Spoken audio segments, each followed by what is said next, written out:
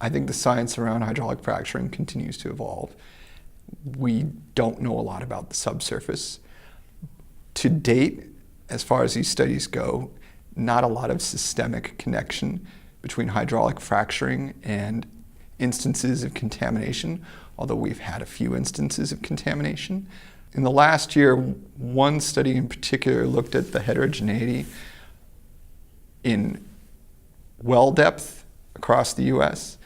And in some regions, as opposed to others, you have a lot more proximity to the water table with respect to the wells that are fracked. So maybe only a couple of thousand feet deep versus a mile deep or more in some areas. So as you have shallower wells, you potentially have more problems.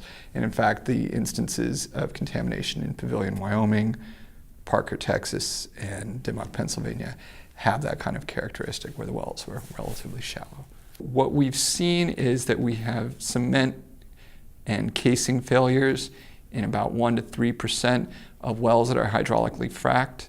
So we have over 100,000 fracked wells in the US and over 15 million people living within a mile of these wells. If we had widespread problems, we would know. And even in areas where you have relatively shallow shale strata, we still haven't seen too many issues.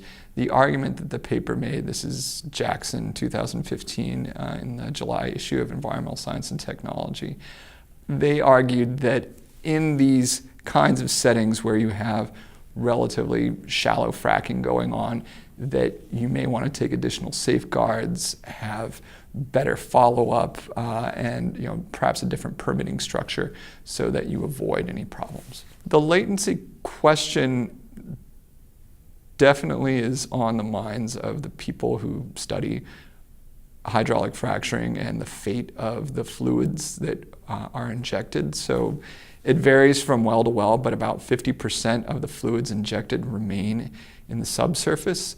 So the theory is that the shale formations kind of act like a sponge for those fluids.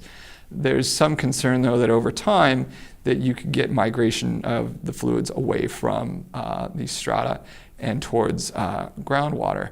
Now, it's kind of a long way to go in most cases. In most cases, it's like a mile or something like that. But again, if it's shallower, maybe it would take less time, all other factors being equal.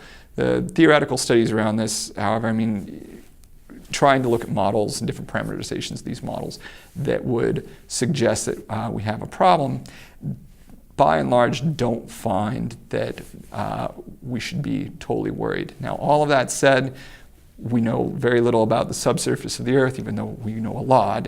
It's just we know little about how things actually operate.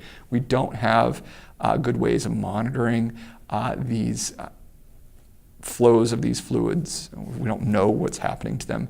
And figuring that out over time is definitely something we'd like to see sort of more research done on, but at present it remains a question mark.